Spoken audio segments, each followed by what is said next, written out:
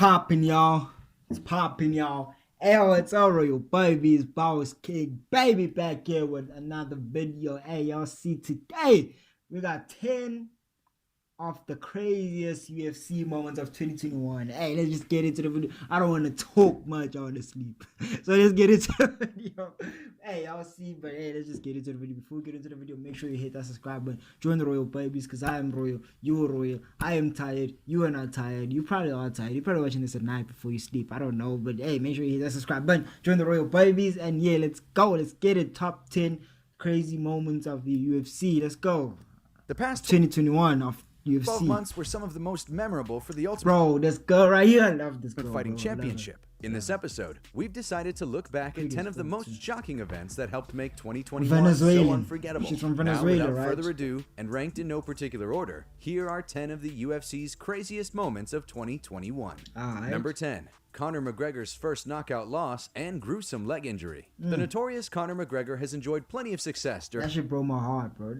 Conor McGregor, okay. I know the first round he messed up. He was losing the first round. Alright. But I had hopes of him coming back in the second. I feel like he knew what to do in the second round already. But before the first round ended. So I had hope. But for me to see that, I didn't even see that his leg is broken.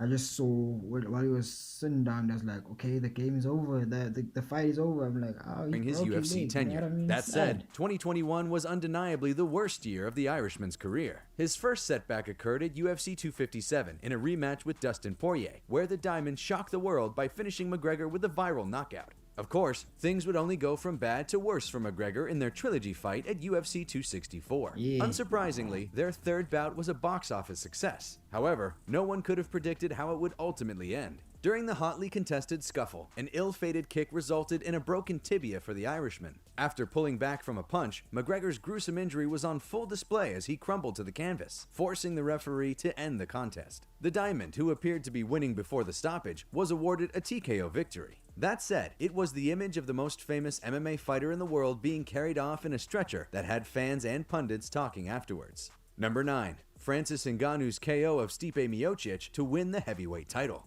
At UFC 220, Francis the Predator Ngannou suffered his first setback in the UFC when he lost a lopsided decision to heavyweight champion Stipe Miocic. While the setback was no doubt heartbreaking, the heavy-handed Cameroonian would battle his way back into contention by knocking out some of the division's biggest names. Finally, roughly 3 years after their first encounter, Miocic vs. Ngannou 2 would go down at UFC 260 this past March, with the heavyweight title once again on the line. This time, the Predator showed improvement in his game by stuffing Miocic's takedowns, something he struggled with during their initial meeting. Moreover, the hardest-hitting man in the UFC surprised many by knocking out the champ early in the second round. While Ngannou scoring a knockout was never out of the question, seeing Miocic taken out in such a dramatic fashion, especially considering how their first fight went, was still a bit startling for many who follow the sport. Number 8. Rose Namajunas winning the gold via head kick. Thug Rose Namajunas is no stranger to pulling off big upsets. At UFC 217, the Milwaukee native made a fool out of odds makers by taking out undefeated champion Joanna Jędrzejczyk in the very first round. Last April, Namajunas once again stepped into the octagon as an underdog when she challenged Zhang Weili for the strawweight crown at UFC 261. At the time, this one also broke my heart. You know, I don't know why I have a soft spot for Zhang Weili. But I just have it. You know what I mean? I just have it. I like it. I like in the UFC so, and in the midst of a 21-fight win streak. Despite the odds stacked against her, Namajunas not only pulled off the upset, she also made it look easy. Just 1 minute and 8 seconds into the very first round, the challenger landed a vicious head kick that ended Weili's night in dramatic fashion. With the win, Namajunas became a two-time champion while producing one of 2021's most memorable moments. Following the impressive win, the two met for the second time in November. Though the rematch was far more competitive, Thug Rose managed to retain the strawweight title. And here I felt like she was robbed. I felt like Zhang Weili was robbed in this one, bro. She had that fight. It was her split fight. Decision. I don't know. Number 7. Kamaru Usman's KO of Jorge Masvidal. UFC 251 was a stacked card, headlined by welterweight champion Kamaru Usman and fan favorite favorite Jorge Gamebred Masvidal. Their first clash saw the champion use his grappling to control the challenger and pick up a fairly one-sided unanimous decision victory. However, since the fight was on short notice and the champion was eager to run it back, a rematch was scheduled for UFC 261 on April 24th. The popular belief was Masvidal's best chance of winning was to keep the fight standing, avoid Usman's takedowns, and not allow the champ to press him against the cage. Eager to prove the experts wrong, the Nigerian Nightmare was more than willing to stand and trade with the Cuban striker. Usman made a major statement by beating Gamebred at his own game when he landed a nasty right that put the challenger to sleep. The highlight reel KO reiterated that the reigning welterweight king is far more than a wrestler who's content to grind out decision wins. Number 6. Michael Chandler versus Justin Gaichi's Fight of the Year candidate. Bro, that shit was There's nothing better than when a highly anticipated UFC bout lives up to the hype, which is precisely what happened when Justin Gaichi and Michael Chandler collided at UFC 268. Despite both having amateur wrestling backgrounds, the two lightweight contenders engaged in an epic stand-up battle that had fans on the edge of their seats. After 3 rounds of excitement, Gaichi ended up getting the nod via unanimous decision. Of course, the loss did little to hurt Chandler's stock or his bank account, as the two men took home Fight of the Night bonuses. The contest was an instant classic that was even named Fight of the Year by several media outlets. Victory aside, after UFC 268, both Justin Gaichi and Michael Chandler cemented their statuses as two of the most exciting fighters on the planet. Number 5. Piotr Yawn losing the Bantamweight title via disqualification. In many cases, there's an element of shock involved when a UFC title changes hands. However, the way in which Piotr No Mercy Yawn's undisputed title reign ended was as unexpected as it was controversial. At UFC 259, the Russian Bantamweight was set to defend his title against New York's own Aljamain Sterling. Though the contest was initially competitive, Yawn appeared to have the upper hand as the fight went on. This is when he hit him with a knee while he's on the ground. I don't. Of course, a massive blunder would cost No Mercy both the fight and his UFC title. In the closing moments of the 4th round, Yawn struck the challenger with an illegal knee while Sterling was grounded. The blow rendered Sterling unable to continue, thus making him the winner via disqualification. For better he or looks worse, so confused. UFC you knows exactly what's going 259 championship fight produced one of the most talked about title changes in recent memory.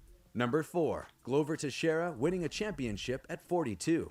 Mixed martial arts is generally regarded as a young man's game. That said, occasionally, we see a fighter turn back the clock and achieve greatness in the latter portion of their career. In 2021, Brazilian light heavyweight Glover Teshera defied the odds by winning UFC gold at the age of 42. Teshera first challenged for the title at UFC 172 back in 2014. That evening, John Jones proved to be too much for the challenger, coasting to a unanimous decision victory. Following the loss to Jones, Teshera remained relevant in the light heavyweight division, but mainly was trading wins and losses from 2016 to 2018. At that point, Teshera was primarily viewed as a high-level gatekeeper. In 2019, that perception began to change after he submitted Carl Roberson, which started a 5-fight winning streak that culminated with a shot against Jan Blachowicz for the light heavyweight crown. At UFC 267, Teshera silenced both the doubters and Father Time by submitting Blachowicz in the 2nd round, becoming the oldest first-time champion in the promotion's history.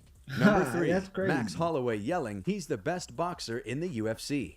Former UFC featherweight champion Max Blessed Holloway is one of the top pound-for-pound fighters in the world at the moment. He's also the self-proclaimed best boxer in the UFC, a point he made clear when he faced off against Calvin Kattar at a UFC Fight Night event last January. The two engaged in a highly entertaining fight that produced one of Holloway's most impressive performances to date, with the Hawaiian landing a record-breaking 445 significant strikes. Seemingly out of nowhere in the final round, Holloway began to humorously taunt his opponent, whole bunch of strikes, proclaiming that he was the best boxer in the UFC, all while looking at the commentators and dodging punches from Kattar. Commentary team.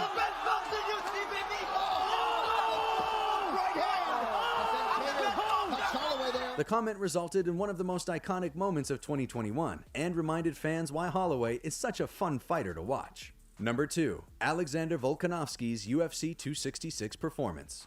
One of the year's craziest fights occurred at UFC 266 in a title fight between reigning featherweight champion Alexander Volkanovsky and Brian T. City Ortega. While the champion would ultimately retain his title, it was not without a great deal of adversity. Shockingly, Volkanovsky survived multiple submission attempts from Brian Ortega, a world-class jiu-jitsu practitioner. In the 3rd round, T-City landed a nice overhand left and quickly followed up with a nasty guillotine. The choke was cinched in so tight that it seemed like it was only a matter of time before Volkanovsky either submitted or went to sleep. Miraculously, the champion managed to hang on and somehow survive. Moreover, Volkonovsky would go on to earn a unanimous decision win after competing in one of the most insane fights in recent memory. Despite sometimes being one of the more underappreciated champions, Volkonovsky cemented his status as one of the best featherweights of all time with his stellar performance, and won many new fans in the process. Number 1. Juliana Peña's upset win over a...